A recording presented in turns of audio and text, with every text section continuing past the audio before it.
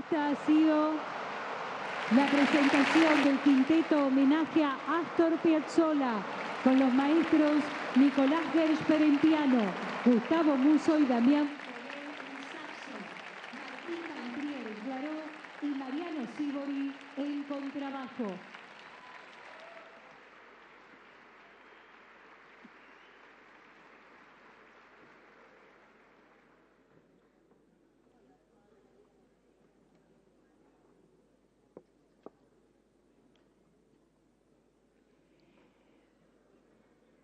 Les recordamos mantener sus ubicaciones y por favor colocar los celulares en silencio. Muchas gracias.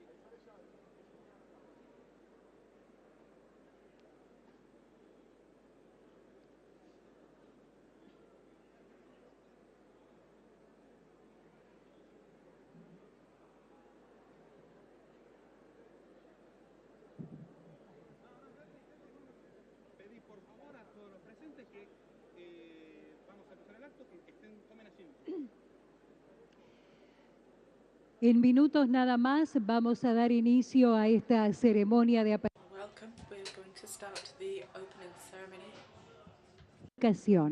Si son tan amables, tomen ubicación, tomen asiento en cada ubicación. Es un gusto contar con la presencia de cada uno y cada una de ustedes. Y nuevamente les recordamos la delicadeza de poner los celulares en silencio. Muchas gracias.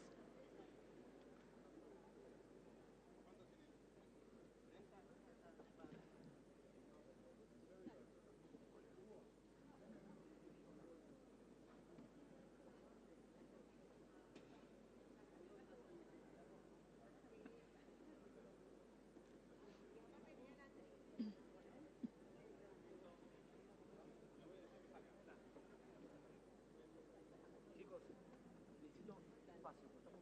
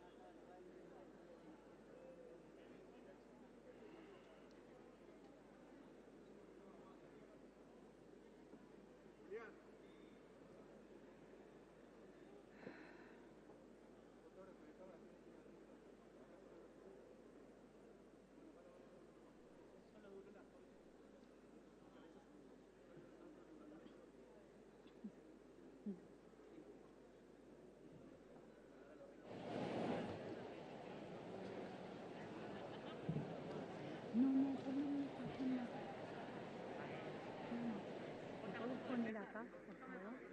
Sí, va. Le pegan al micrófono y no. Gracias.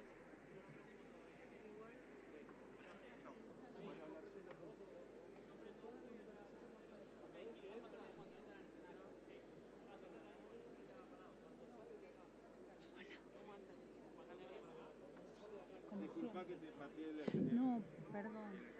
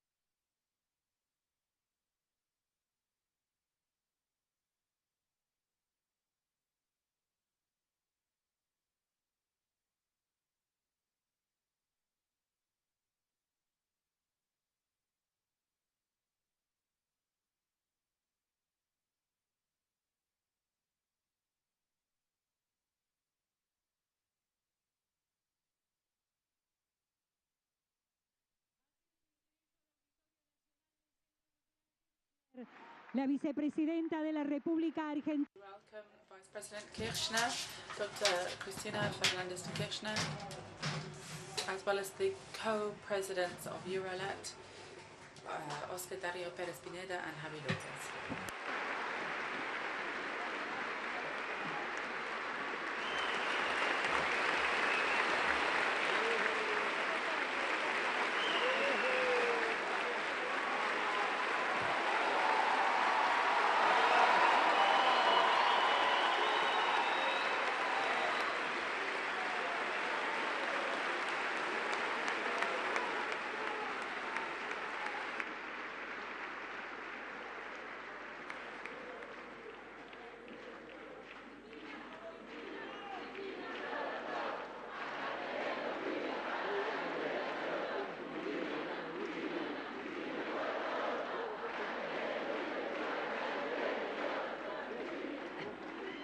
Señoras y señores, muy buenos días. Welcome, ladies and gentlemen. We welcome you to this opening ceremony of the 14th Ordinary Session of the Eurolat Parliamentary Assembly. In this National Blue Whale Center and Kirchner Cultural Center in Buenos Aires in the Argentine Republic, we want to see a fair and inclusive economic recovery. This ceremony will be chaired by the Vice President of the Republic and Leader of the Senate, Dr. Cristina Fernandez de Kirchner.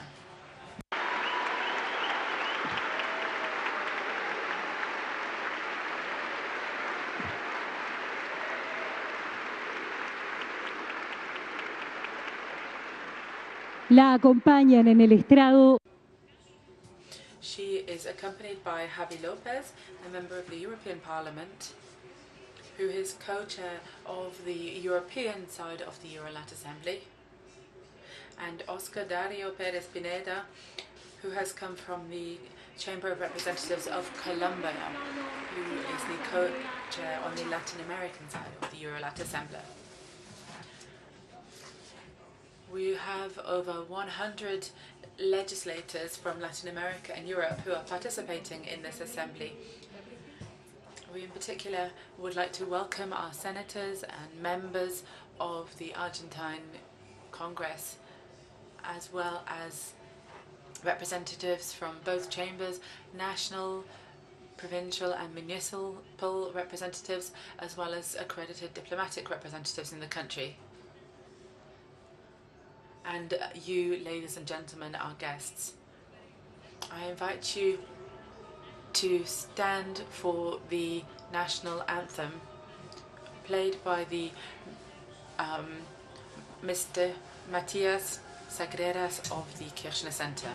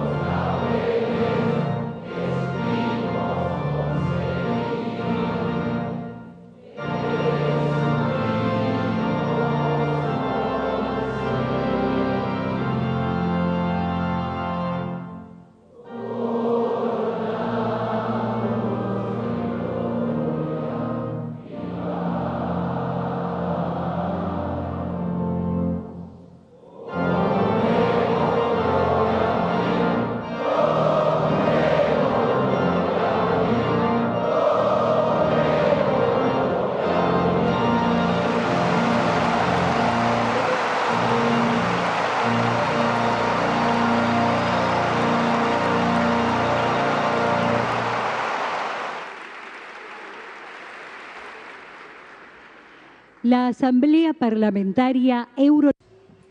The Eurolat Parliamentary Assembly is the parliamentary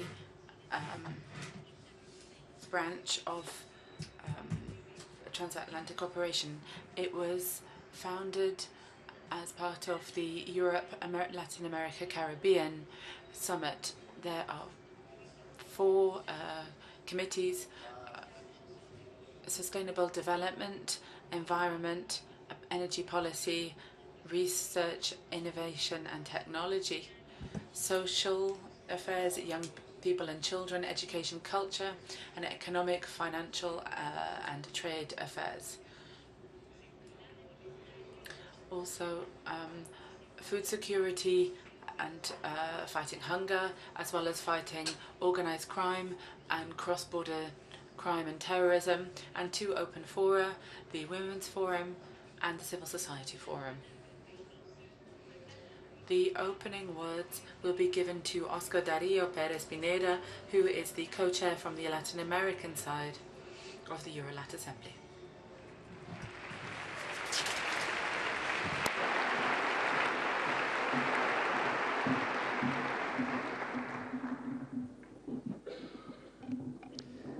Señora Vicepresidenta. Madam Vice President, Cristina Fernández de Kirchner, Co-President, on behalf of the European Parliament, Javi Lopez, ladies and gentlemen of the media, ladies and gentlemen, Vice Presidents of the Latin American and European sides, ladies and gentlemen.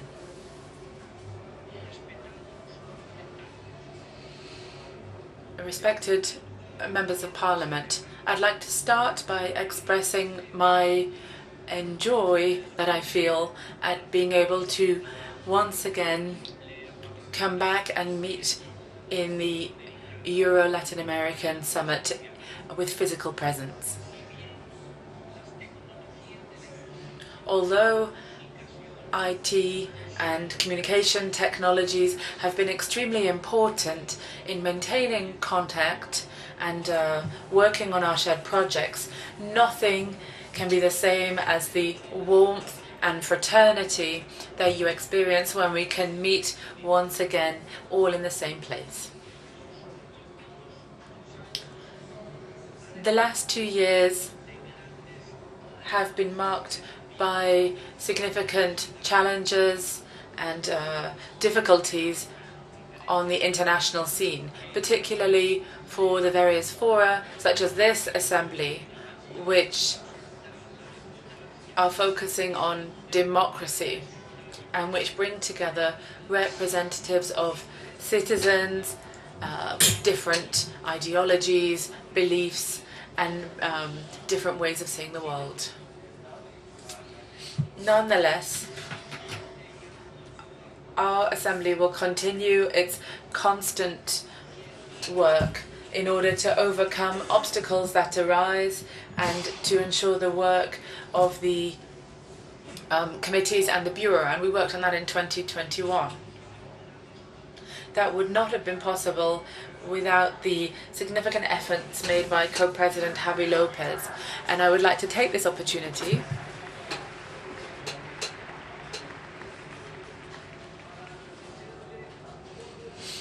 to thank him for his commitment that is shown in strengthening the bi-regional relations. I would also like to take this opportunity to thank ex-senator of the Santa Fe region, Omar Perotti, who was the first person to suggest that this meeting should take place in the beautiful land of Argentina.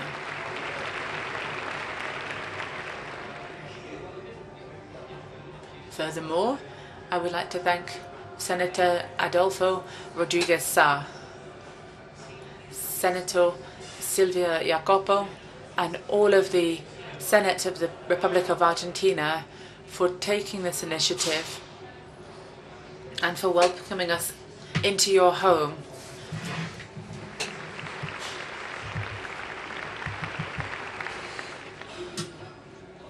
And doing everything possible to ensure the success of all of the activities that are taking place under this 14th ordinary session of the Eurolat Assembly.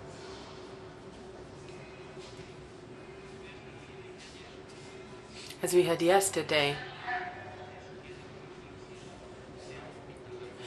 our hospitality comes naturally to the people of Argentina. So anyone who comes here will never feel like they are foreign.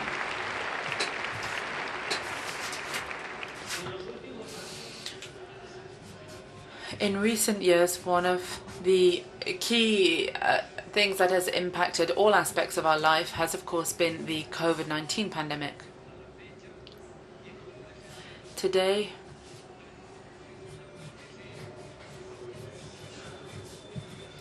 according to WHO figures, over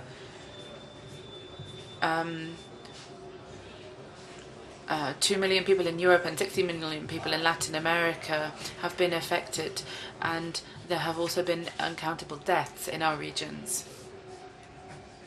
Nonetheless, what we have seen is human ability and cooperation in order to meet the challenges, the technological, social, political challenges that we've seen, as well as the healthcare challenges that were thrown up by the pandemic.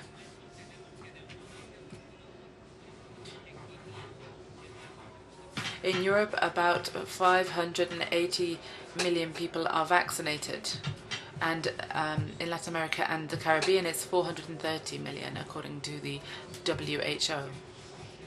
This progress, these figures, do not represent the end of the pandemic or the end of the challenges and the work that we're going to have to do.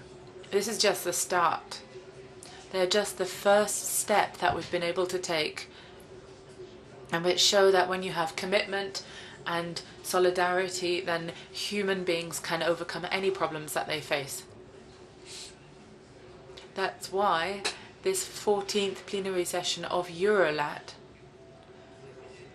and the message that we want to send out to the Union of Heads and States and Government of the Bi-Regional Association that we want to send out as co-presidents is that we want to see a fair and inclusive economic recovery.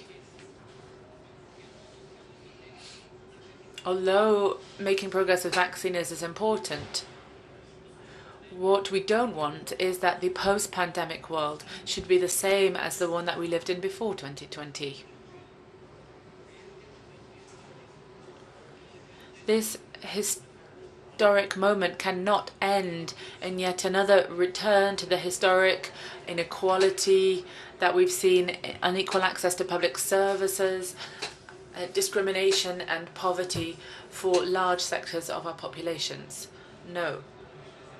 The outcome of this meeting has to be a roadmap with policies and targeted recommendations in all of the major topics that the committees have been working on,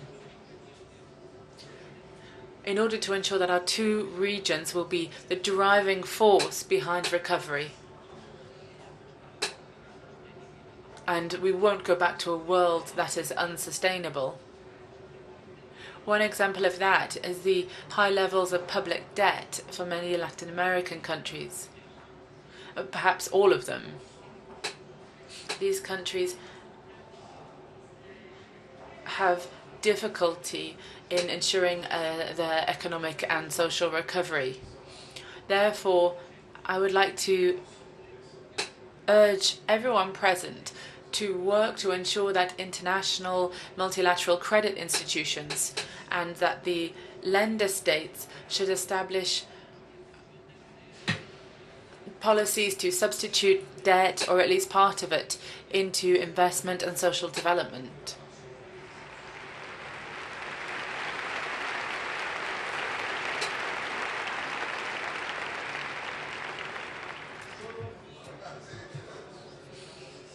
That's the only way we will genuinely be able to construct countries and regions and a world which is fair and inclusive.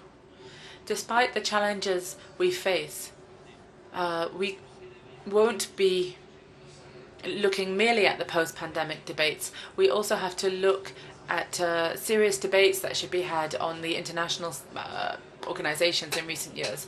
The international system has to ensure self-determination and sovereignty for peoples. And they are clamoring for our support and our help. We need to fight totalitarianism, those who want to impose themselves through arms, death and invasion. And in light of this, I would like to urge all of you to raise up our voice to reject war, violence and discrimination. We have to, through our work and our committees and the plenary and the other bodies of this assembly, work to demonstrate that Europe and Latin America and the Caribbean as a whole are regions of peace which reject violence and which promote diplomatic, peaceful, negotiated ways to overcome differences. Taking account of all of these challenges, I would like to just say that I want to ensure that this Eurolat Assembly will mark a new phase in the relations between the two regions. We have to leave behind political and ideological differences and ensure pragmatic cooperation. Cooperation which will have at its heart the well-being of individuals and communities. Cooperation which will leave behind the divisions between the major poles of the international systems and which will find a third way to provide a new model of sustainable development, social equity and democracy. That's why we need to reactivate summits between Latin American and Caribbean summits, CELAC, and the European Union. To strengthen our cooperation, we also need to turn 180 degrees in the way in which the Eurolat Assembly works. Since 2006,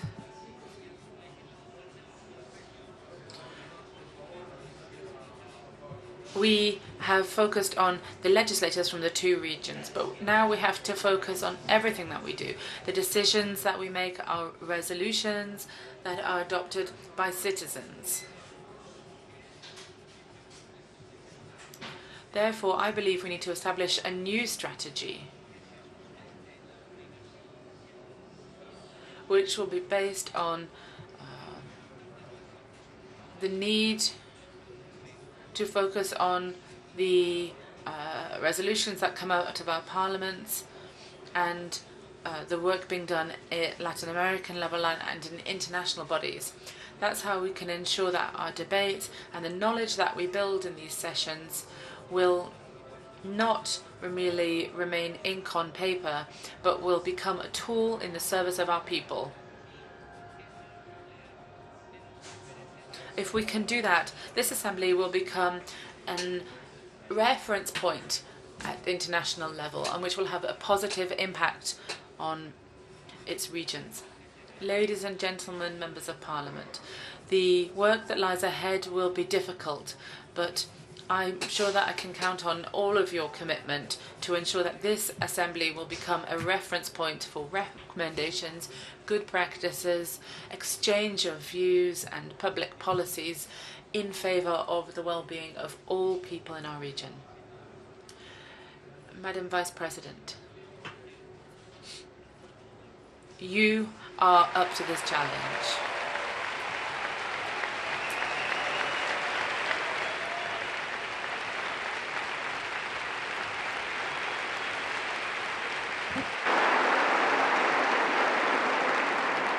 Usted le da altura a nuestras deliberaciones.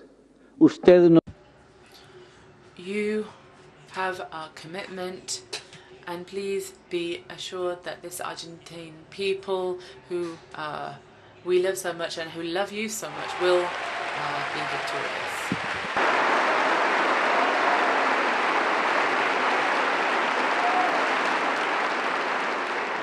Va a guiarnos para que el producto.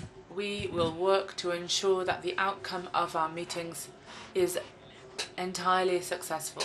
The success of the Eurolat Assembly means the success of the people that we represent. Thank you. La palabra de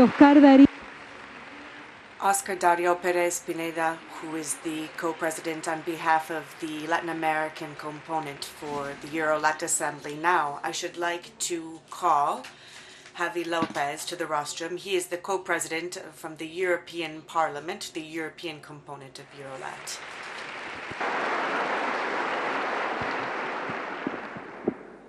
Bueno, muchísimas. Thank you very much. Well, I feel somewhat like I'm out of my depth here, like someone from the Beatles. Feels like the first concert of the Beatles, something like that. But I'll try to be as quick as I possibly can in my remarks this morning. Thank you so much for being here this morning. And thank you, first and foremost, to the Vice President, Cristina Fernandez de Kirchner, for having been here, or for being here with us this morning. She is here as the authority, as the President of the Senate, and has been so active in the participation of this, the 14th Eurolat Assembly. It's a significant one at that. There are 100 members of parliament here. It's been 10 years since 100 of them.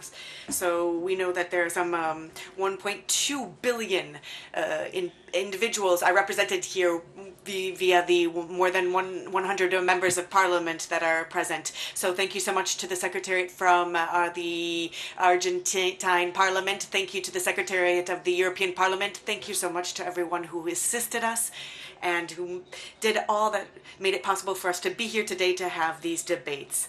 And we're doing this at a time that's quite particular, really. We're in Argentina, which is currently holds the pro tempore presidency of CELAC, and its driving role means that it's extremely crucial for us to be here in Argentina today. Now, we're also meeting after 2 years of pandemic. So this was an experience that was so complicated for everyone, for governance, authorities, citizens, a tragedy that has overhauled the lives of every single individual. And now we know that the pandemic made us all equal. It made us all isolated, but at the same time, it connected us all too. What an enormous experience this was. Everyone saw their life completely overhauled, and so it was the first time, the World Cup, of course, so let's not get into that, but aside from that, we know that it has been 100 years since the planet experienced a pandemic, and the last thing that had impacted us like that was the World War. So we also know that it reminded us that humanity has a common destiny, and that we can't do it alone, that we have no choice but be together, that we have a shared destiny, and it needs to be a shared destiny. So over the course of these 2 days, we're going to continue to speak about the pandemic, how we can continue to fight it. We know that in some places of the world, vaccination has not yet come, and we need to make that access to the vaccination universal access. Porque sabemos también y nos Because we know, and the pandemic reminded us, that science is the best ally that institutions and citizens have, and that those over the course of recent years, they tried to deny that and to pretend that science didn't mean anything, and then actually what we saw is that we all had to go back to that belief, and that firm belief in science. We had no choice. Science, vaccination, making it equal for all, universal access for a vaccine. Let's talk about that. A pandemic that continues to hit many places hard. We're also talking about recovery, the economic recovery that is not an easy task. Essentially, the world went into hibernation. The economies went into hibernation so that we could protect our health. And that had an enormous social impact on every single corner of the world. And it wasn't easy, of course, to take decisions in that context.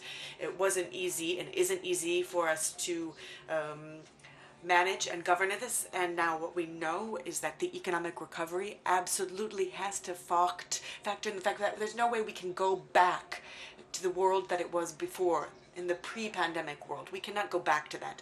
We need to have this recovery that is going to change things and that rises to new challenges, the climate change as well as our green action.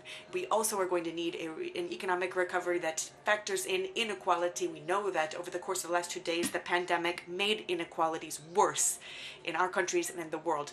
And so this is a question not just of justice, but it's also a question of what our economies need, because if we don't address this, our economies are worse off and they're more inequal, and that's actually going to sap our institutions. We've seen that everywhere, wherever that may be. So recovery, that means that we're going to need also a tax aspect and access to credit, wherever that may be. We need a fair recovery and an inclusive recovery.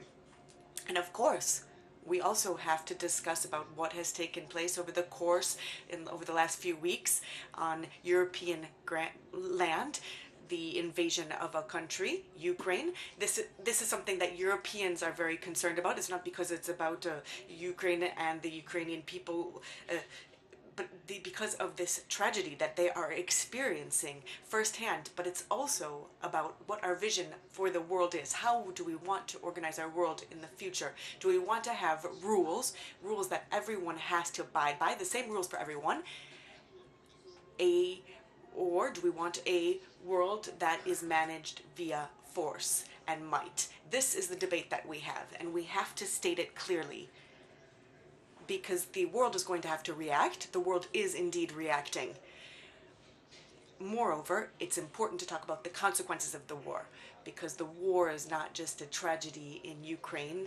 It is, but it's also having an impact on energy prices, and it is triggering inflation all around the world, in Europe, in our countries, but around the world.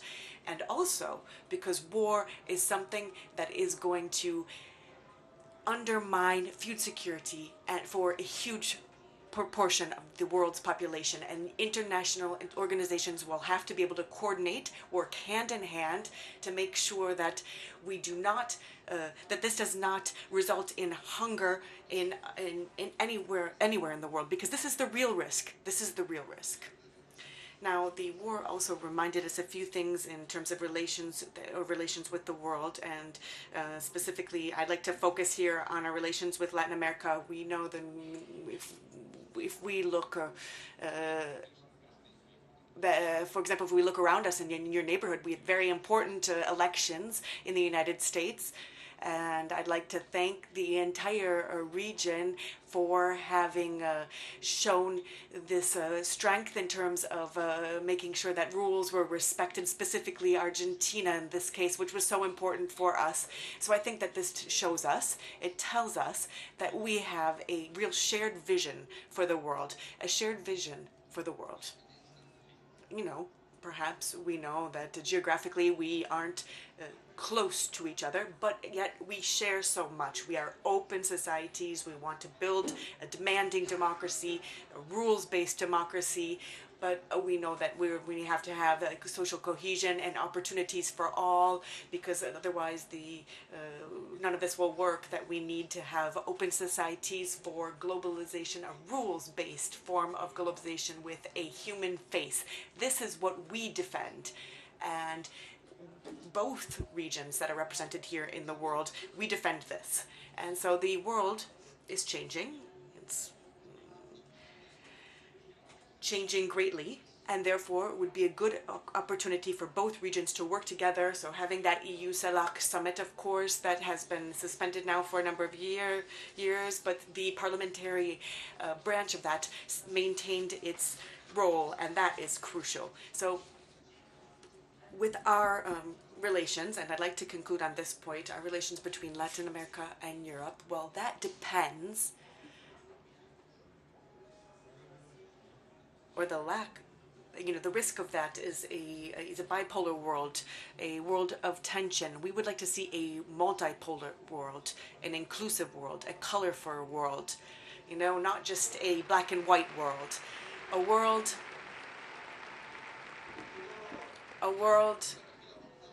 that is a rules-based world with institutions and multilateral institutions that work for all, as well as financial institutions that need to be reformed, as well as political institutions. And this is the world that we want to see, and that is why relations between the EU and Latin America are so incredibly important to us. Now, to conclude, of course, here we are in Argentina, and we are in Buenos Aires, and this was a part of our deliberations. I'd just like to remind all that this is the 40th anniversary of the Malvinas. We also discussed that point, too.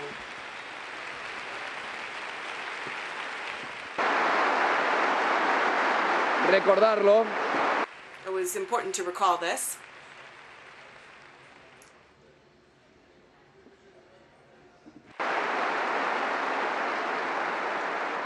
Que se requiere una... That with a solution, an international law, and within the United Nations, because it is worthwhile to recall that at this time. Important to recall it at the time. Thank you very much. Es copresidente del componente europeo. Javi Lopez, who's the co-president of the European Parliament, the European component of Eurolat. In order to open formally and inaugurate formally the 14th plenary session of Eurolat, we'd like to give the floor to the Vice President of the Argentine Republic, Cristina Fernandez de Kirchner, President of the Senate of the Argentine Republic.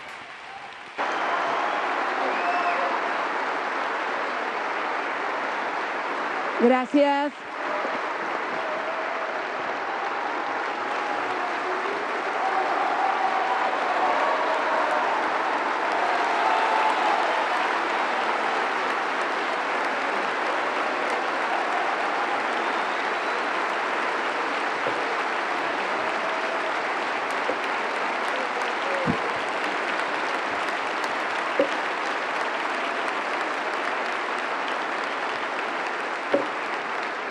Muchas gracias.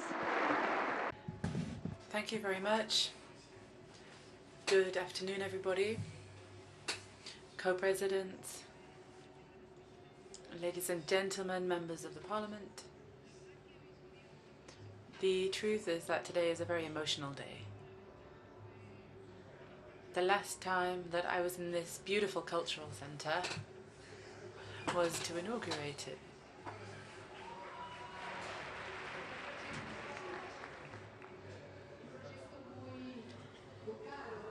This was a very dear project. It began under President Kirchner.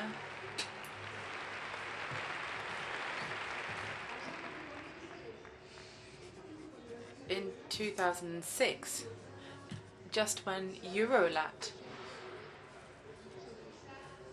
began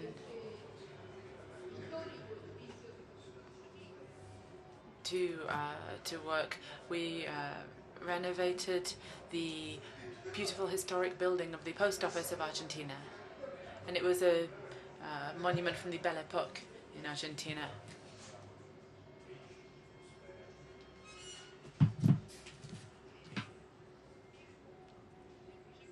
The project finished in 2015 when we inaugurated it. I've never actually spoken here. This is the first time that I'm speaking from here. It's finally my turn to speak in this beautiful blue whale, which is an unprecedented architectural marvel This was made in Germany. I think the organ is from 1902, I believe, if I'm not mistaken. I've been president twice and vice president, and for 20 years I was a legislator, a member of parliament. So I can very much identify with all of your debates and the parliamentary work that you do. The topic that you are focusing on this fourth session, the motto, which is an economic recovery with justice, inclusive and in peace. It's an excellent slogan, motto.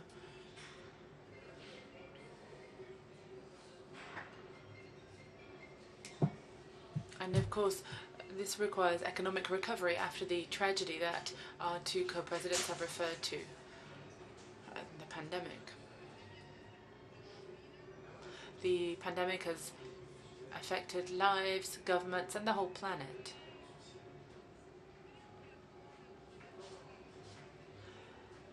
I think it brings us to a debate. I think it's already started in the European Parliament in 2017 in Brussels, I remember,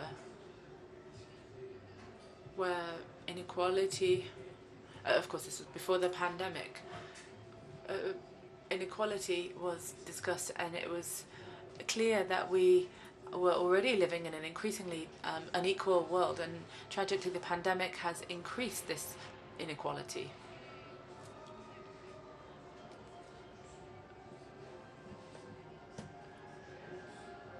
However, I firmly believe that even the worst tragedies can teach us something.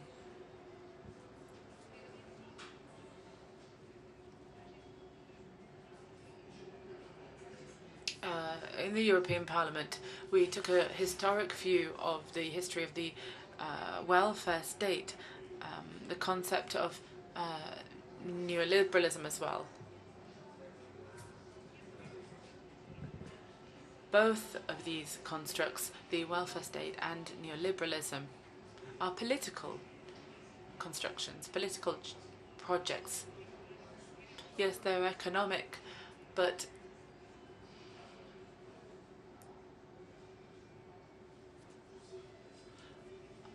as one member of the members of the European Parliament has said, I think it's very clear that capitalism has shown itself to be an effective system to produce goods and services.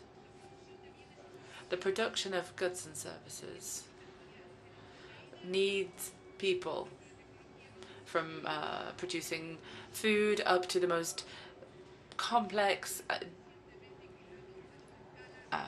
technological goods. Yes, this is the most effective system, but that's not everything.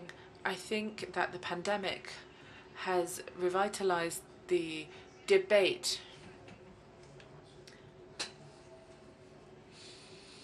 around neoliberalism and the view that we've had of it over a number of years. It was after the war that the idea of the welfare state came out. On the one hand, you had the Soviet Union, and on the other hand, the Western free Christian world, so to speak.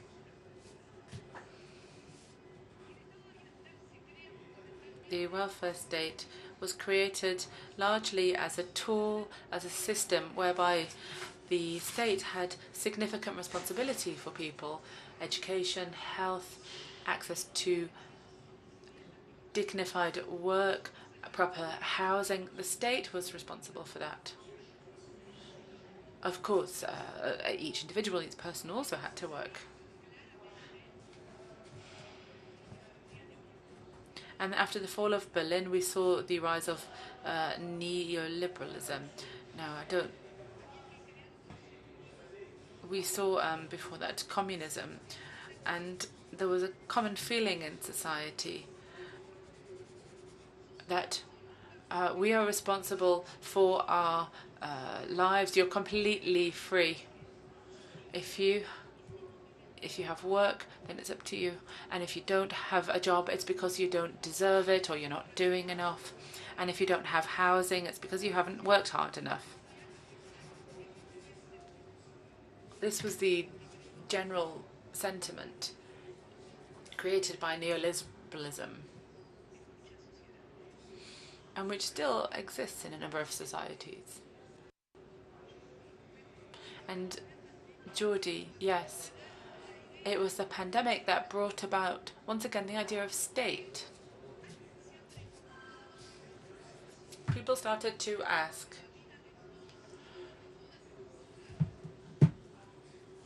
about its role in the lives of all of us. If states hadn't intervened, if states hadn't built new hospitals, hadn't cared for the sick, hadn't negotiated with the markets or laboratories about vaccines to ensure that we could all be protected, then what would we have done?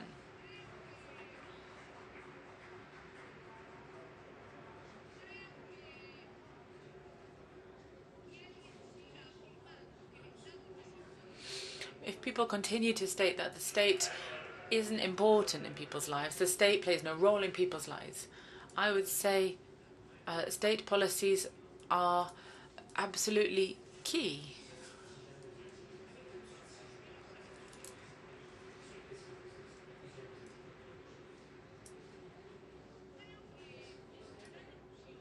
I think that the major debate is going to have to be as follows.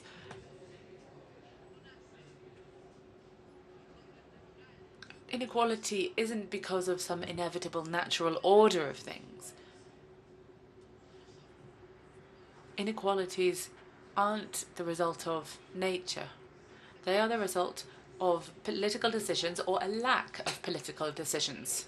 If you don't take the necessary political decisions, then we see inequality.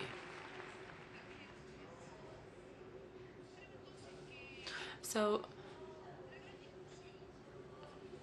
I think that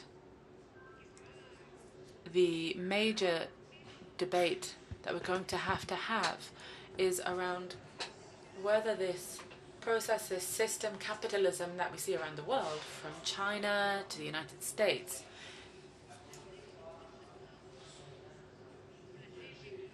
is being run by the laws of the market or the laws of a state. This is really the key.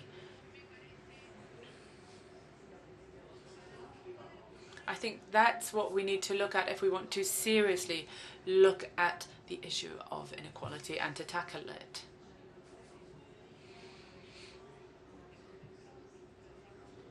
You know, we can't just have debates and occasional meetings and at the same time problems are worsening and inequality is increasing. We also have to look at what type of state we want. What kind of institutional architecture or engineering do we need as a state in order to face this world, which is now entirely different from the world we lived in before? And this was already being looked at in 2017 in the European Parliament. Now, states are built on this famous tripartite division, legislative, executive, judicial, and so forth. That was after the French Revolution.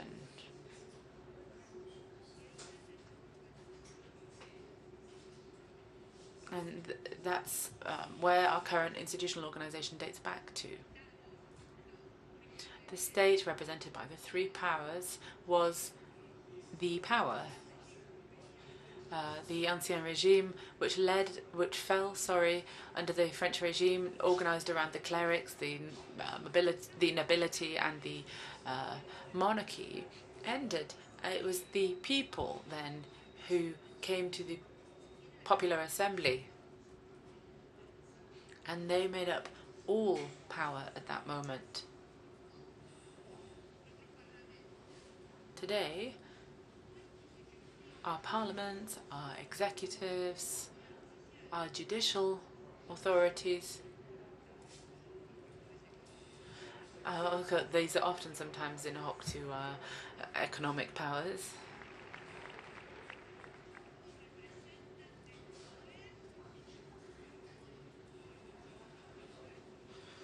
How much do they represent power really? We talk about power when someone can make or adopt a decision, and this decision is then implemented and respected by all of society and its members. You know, you can wear a sash and hold a hammer. Some people might think that's power, but believe me, it's not. And I'm saying this through experience.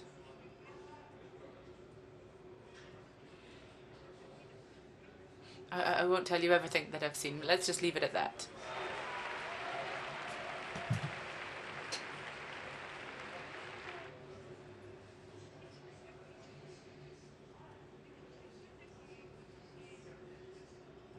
We have to keep in mind that when we adopted this institutional governance method, we didn't even have electricity. Cars didn't exist. Nothing like that. And if you look at technology, it's creating power outside of institutions.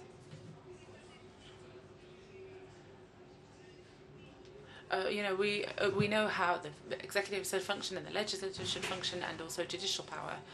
However, there's another type of power that's outside of all of this: the markets, monopolies, oligopolies, international financial power.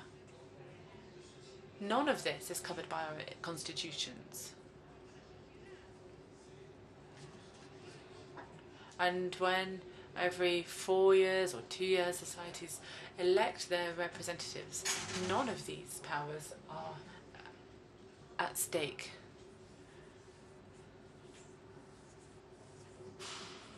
And but those who are in the banks and so forth, there's very little that you can do about that. And we're seeing this translating into a lot of elections. And we're seeing that people are dissatisfied with democracy. Co-presidente también.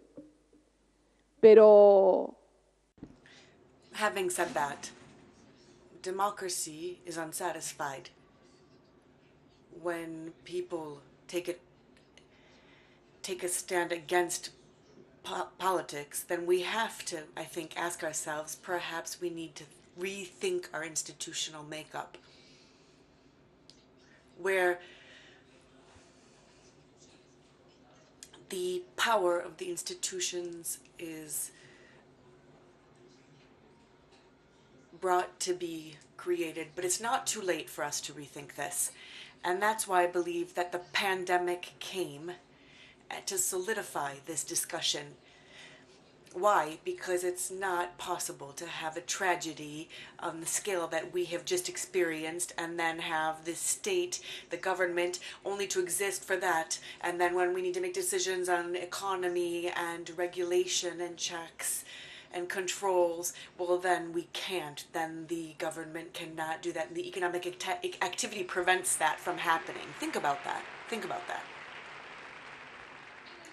Now, in the world, in our country, throughout the pandemic, pardon me, el sector privado, the private sector received all kinds of aid in terms of legal aid, economic aid, support. But when we look at this other tragedy that we're experiencing, this war that I'm going to speak about shortly, I will get to that. What we know, we have the market saying, no, don't worry, no, this is my profitability, when this is my economic gain. No, but that's not enough. That's not enough. We can't, no, I'm not going to play. I'm not going to play anymore if that's the rule. si cuando vos If you needed us and we forgave your debt. We gave you assistance. You needed us then, but now you're not there for the people, for the society, for the government to back us up when we need you. It seems to me, creo I think this is something that is being discussed here, but not only, everywhere, when it comes to international law. Jordi reminded us the 2nd of April marked the 40th anniversary, and we remember our veterans and those who fought for us in the Malvinas. And yes, the conflict came to, it was the 40th anniversary of the conflict on the 2nd of April. y vos decías And you were saying, well, the world needs all of us to follow international law and UN resolutions. It's a great idea. Great idea. gran idea. Great idea. But it's not happening. Why? Because of the 5 countries that have a veto on the Security Council and a permanent seat, all of them, US, the UK, France, Russia, all.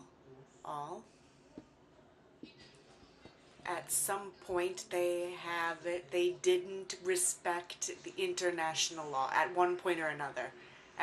Every single one. Es más, With the exception of China.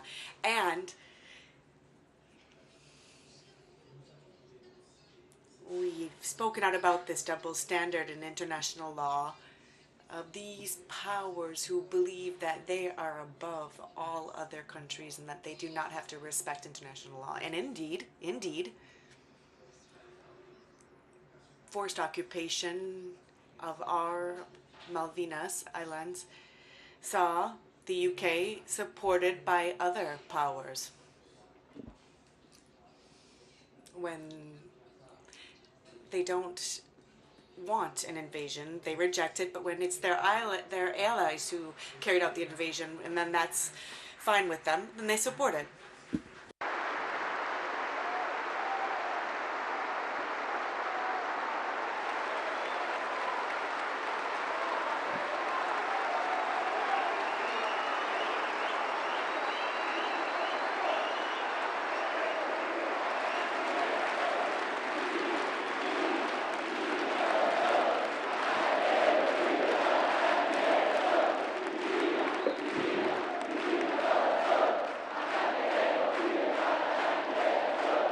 entonces, Therefore, Argentines dramatically have experienced this very double standard on our land. When one of our veterans one of the Malvinas veterans who works here in the Senate, and we gave him a certificate and an award, and said, well, how can they talk to us about the NATO when NATO would put a base just 14,000 kilometers away? So, ladies and gentlemen, members of parliament, we have a NATO base 14,000 kilometers from the UK. So I think we need to show a bit of consistency here, because in 2014, Argentina was a part of the Security Council, had a seat on the Security Council on a temporary basis, like all other countries. And when it came to the annexation of Crimea, at the time it was a popular referendum or consultation to see whether or not it would become a part of Russia or Ukraine. In my country, I was the individual that was there, and I voted on a resolution that condemned this crime, this issue of Crimea, because we supported territorial integrity through wherever it may be, anywhere in the world, throughout the entire globe. So, and to not continue my remarks far too long, I shall conclude. Yes, I think, Jordi, yes. Javi, I don't know why I'm saying Jordi. I know why Jordi's. It's because I've seen so many Spanish TV series on Netflix, and so that's why I was thinking Jordi. That's exactly where it came from. You know, Jordi. Javi, you told me Javi 3 times. Well, I have my administrative secretary from the Senate here that kept trying to assist me. Javi, sorry.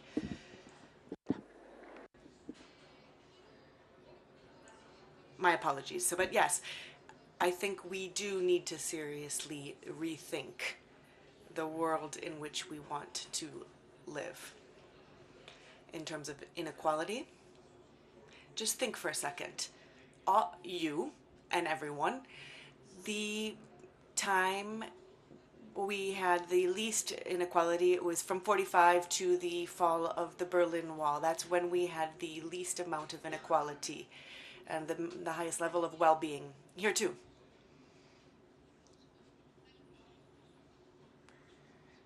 Piketty, I think, said that the first decade in the Latin American region was when people worked the most and where inequality dropped the most.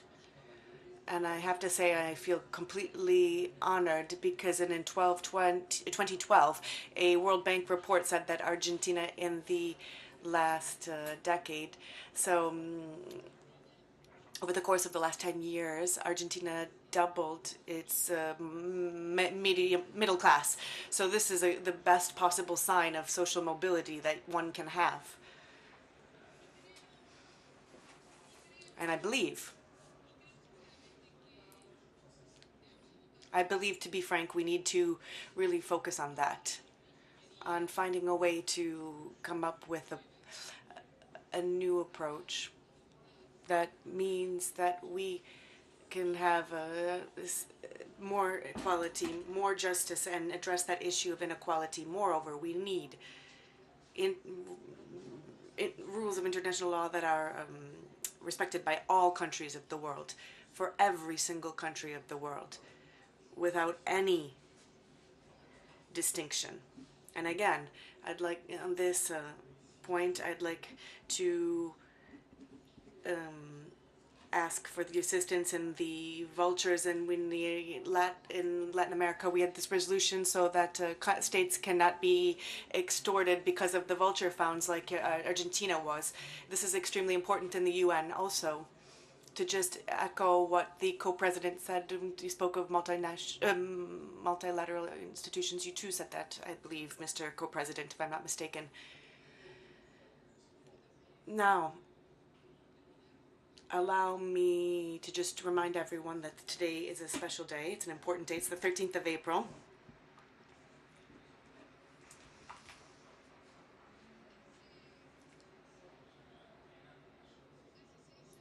Because 6 years ago, 4 months after finishing my second term, on the 13th of April in 2016, the governor of a province of Buenos Aires, who's the Minister of Economy, as well as authorities from the central bank, we were told, no, that's enough. No, God, no. Que había sido that there were, procedures that were used that are used by all central banks. It wasn't a political decision. Had it been, it could have been brought before justice, but and only if damages had been wreaked, but none had been wreaked at all. So we called the decision, or we called attention to the fact that for a political decision that was absolutely legal and within the rules, I was under a trial for 4 or 5 years. Was it 4 or 5 years? I think it was 4 or 5, yes. Then, when our country was indebted for the biggest loan ever given, and also it was an illegal loan in the way that it was issued by the IMF, and the judge found something that was illegal. It's strange. It's strange then, isn't it? Because we have to also perhaps look at a subject that's a bit more Latin American heavy, perhaps a little bit more Latin American. Using the judicial branch against the national governments. Fortunately, you are lucky, and these things, or if these things do happen, either they don't happen, or if they do happen, no one notices in parliamentary systems. But there is a huge problem here in our region, in this area, and I think that I can share this feeling with my fellow Latin Americans. They know precisely what I'm talking about, and also with my fellow Europeans. We all have something that comes from Europe. My name is Fernandez. So just to say, one and all, thank you so much, and indeed, let us continue to debate these issues. But in addition to the debate, let's perhaps, as a leader, let's have a conducive effectiveness. Thank you to one and all. De este modo concluye la ceremonia de apertura de la 14ª sesión ordinaria. This closes the opening session of the 14th session of the Eurolat Parliamentary Assembly, which is being held in the Kirchner Cultural Center in Buenos Aires, Argentine Republic. Thank you all very much for being present here today, and I wish you all a very pleasant afternoon.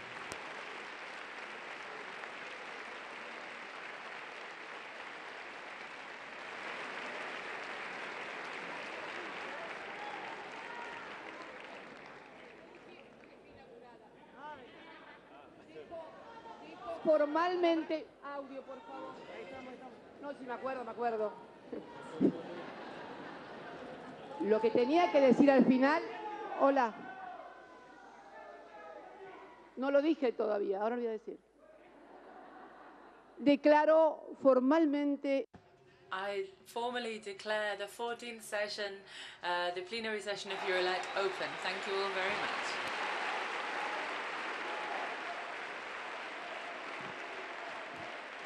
Muchas gracias a todas y a todos por... Thank you all very much for being present here with us. Thank you for your participation.